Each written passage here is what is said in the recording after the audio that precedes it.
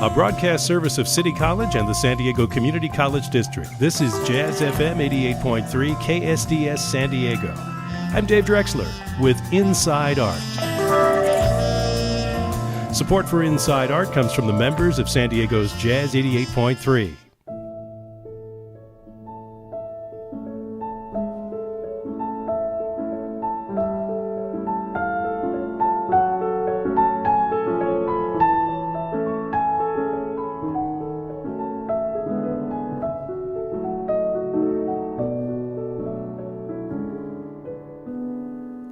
This week on Inside Art, we'll preview La Jolla Playhouse's world premiere, The Year to Come, with its playwright Lindsay Ferrantino. First, though, we welcome a San Diego-based concert pianist and teacher who combines dazzling technical mastery and musicianship with a deep sense of connection to her audiences. South Korean native Jeeyoon Kim has performed on stages from Carnegie Hall to the Chamber Music Society of San Francisco, San Diego Symphony's Chamber Music Series, and La Jolla Music Society, just to name a few.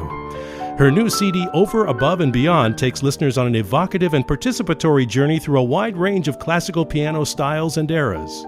And Jeeyoon Kim performs in celebration of the national release of Over, Above, and Beyond, Sunday, December 9th at 3 p.m. in the auditorium at the Scripps Research Institute in La Jolla. Jeeyoon, it's a pleasure to welcome you to Inside Art. Hi, thank you for having me today. It's a pleasure to have you here in San Diego, and I'm curious because you pay a lot of attention to how your audience experiences your music. And how did this begin for you as a place of emphasis for you? I experiment a lot past years to give recital and concerts, and I noticed that when I share how I feel about each piece, it's not like novel stories, but very short about how I feel about each piece and what audience will listen for. It's probably not how exactly they're gonna listen, but I share what I feel on the stage and made the barriers between audience and me much down. And over the years, that experiment led it to, you know what, I actually want to further into this experiment, which is always having a microphone on the stage and not giving a recital program from the beginning, only giving out when they leave.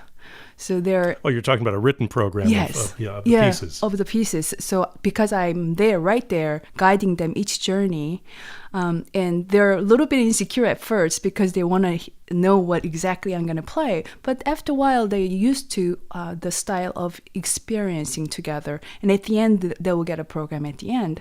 At first, I was kind of saying, this is omakase program. It's like a sushi restaurant, the chef's choice from the appetizer to the dessert. But at the end, they receive the written program, and I want them to dive into the experience rather than just sit down and receive. That's how I started for that kind of setting with a concert. And also I don't go out to the backstage. Sometimes it's difficult, but I stay right there. There's no intermission in my concert either. So a little shorter than normal, 45 minutes intermission, 45 minutes of traditional setup of classical music, whether maybe our concert without intermission, but from beginning to the end, I'm right there, and each piece ended, and I explain what it is about. So you want the audience to really get to know you and to get to know a little bit about themselves by listening to you. Exactly, yes. I think music is playing through me, so they're inevitably gonna feel me. So more they get to know me, they're actually faster route to the composer because they're bypassing me. So I find that it's a really, after the concert, they feel like we become a best friends. But I don't know them, but they get to know me really well. And I think the relationship with the audience is much deeper that way. And you're adding an additional layer to this experience on December 9th at the Scripps Research Institute, in that a visual artist, or you guys have been working together, and maybe you can explain what that is all about. Right. For this particular album, I experimented having another element, which is visual.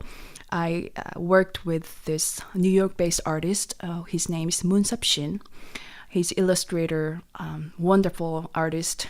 And he and I worked together for this Brahms variation. It's called Philosophical Variations. It has theme and 11 variations to it.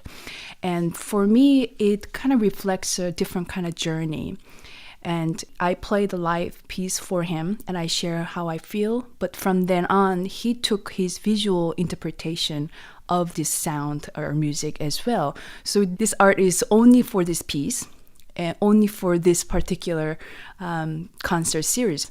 And this will open up on December 9th for the first time. I can't wait to share this art together with my interpretation and my performing. And for me, it's like a little bit of life event. One life event didn't make sense at the time, but after passing through it and looking back, I understand why that happened. So for me, when I play the last variation, maybe about last page of the piece, then I know why I play this piece. I know why I went through variation 1 to 10 to get to variation number 11 and maybe the last note. So the audiences will really experience both the illustration and your interpretation of it and it of you. Right. In this concert. Now, you also extend that to the album itself. So that's over, above, and beyond, just newly released. And you bring that, you encourage people to bring their own visual ideas of how, when they're listening to you.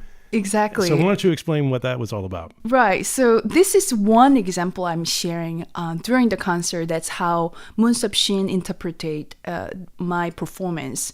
And as you listen to my performance through the album Over Above Beyond, then you imagine certain images. I encourage some nature scenes in your head. Later time, when you're traveling or just walk around and find that image, take a picture and share hashtag Over Above Beyond project. That way I can see how you listen. There will be different than how I see it or how I hear it. And I'm so looking forward to sharing that. Okay, so people, they receive the album, they listen to it, and then these visually evocative scenes that they come across in real life, you encourage them to take a picture. And then what happens there? Do you share it on a website or something? No, that's basically in the hashtag Over Above Beyond project. If you follow the hashtag, you can always see who is uploading. And for me, I will be following the hashtag. And so as many of people that follow that hashtag always see who is uploading that picture, on a daily basis. So will there be a collection of images? Yes. People can see that are associated with each piece? Yes, exactly. Yeah. That's fascinating.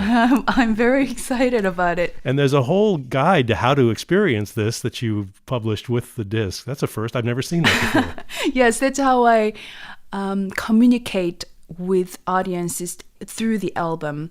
For me, the communication is one of the most important thing. Via live concerts or through the album, I noticed that, how can I get closer to the listener through the album? That's why I created user manual. It's as if you bought electronic devices and how to use this.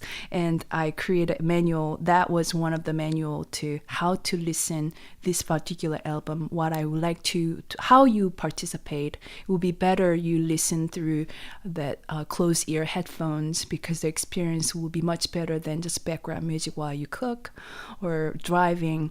And some of these guidance are my advice or my wish for listeners to really dive into the experience, that being in the moment rather than multitasking and devoting their full attention. Exactly. So that's why I often say, even if that's once and never again in your life, I would like you to meet me in that way.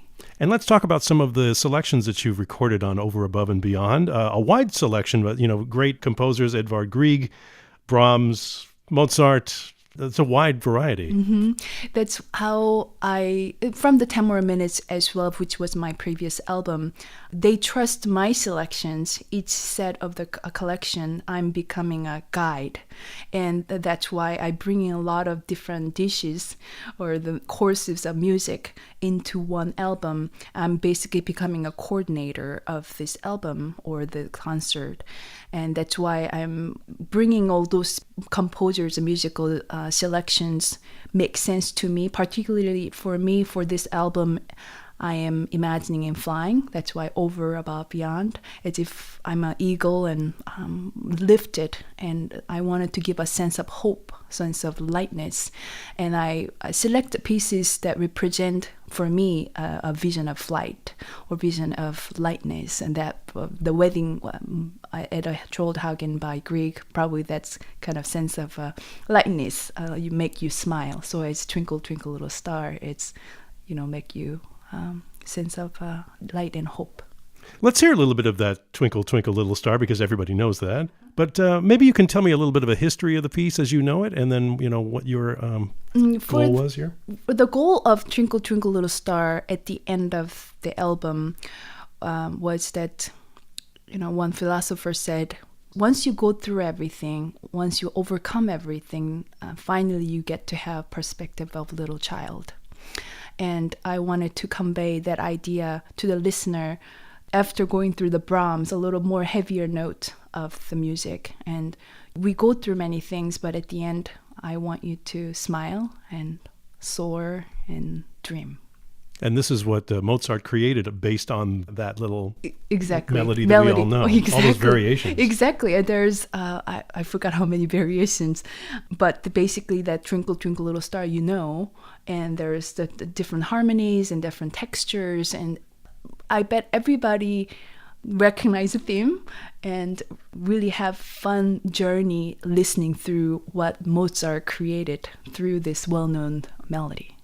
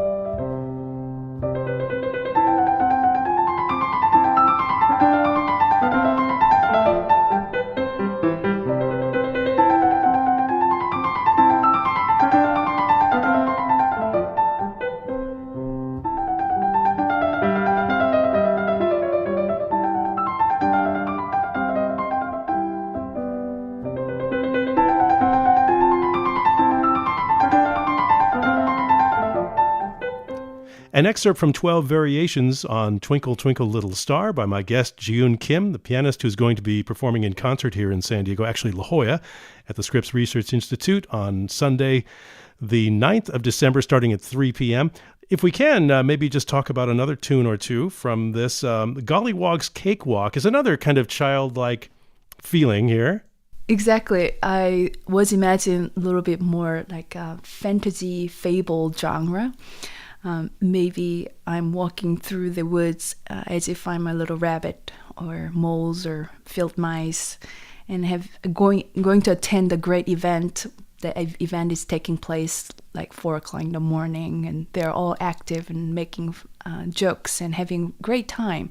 And that's the part that, again, makes you smile and a little more cartoony feeling of it. And you cannot just not laughing or smiling while you listen to this fun rhythmic changes that Debussy take us to. And we'll close with a little piece from Gollywog's Cakewalk by Claude Debussy. My guest has been Jeeyoon Kim, pianist, and thank you very much for joining us on Inside Art. Anything else you'd like to add about your upcoming performance? I want to invite everybody who listens right now to come to my concert to experience together. For at the end of the concert, I always say, we go through as if we went through the boot camp together. We feel like we share experience together, and I really hope that you can be there in the same space, to sharing the precious hour and a half together. Appreciate you being here on Inside Art, Jeeyoon. Thank you very much.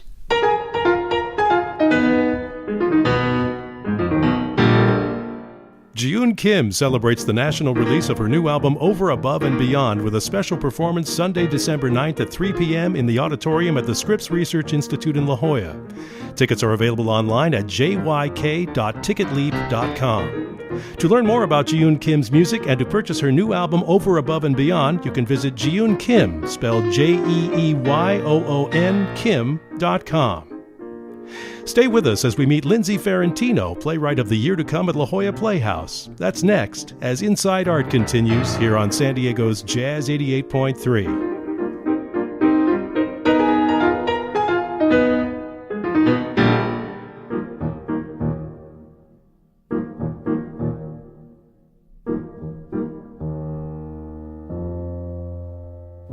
Funding for Inside Art comes from the members of Jazz 88.3, where your support brings the joy and history of jazz and all of the arts to San Diego. To become a member, visit jazz88.org/donate.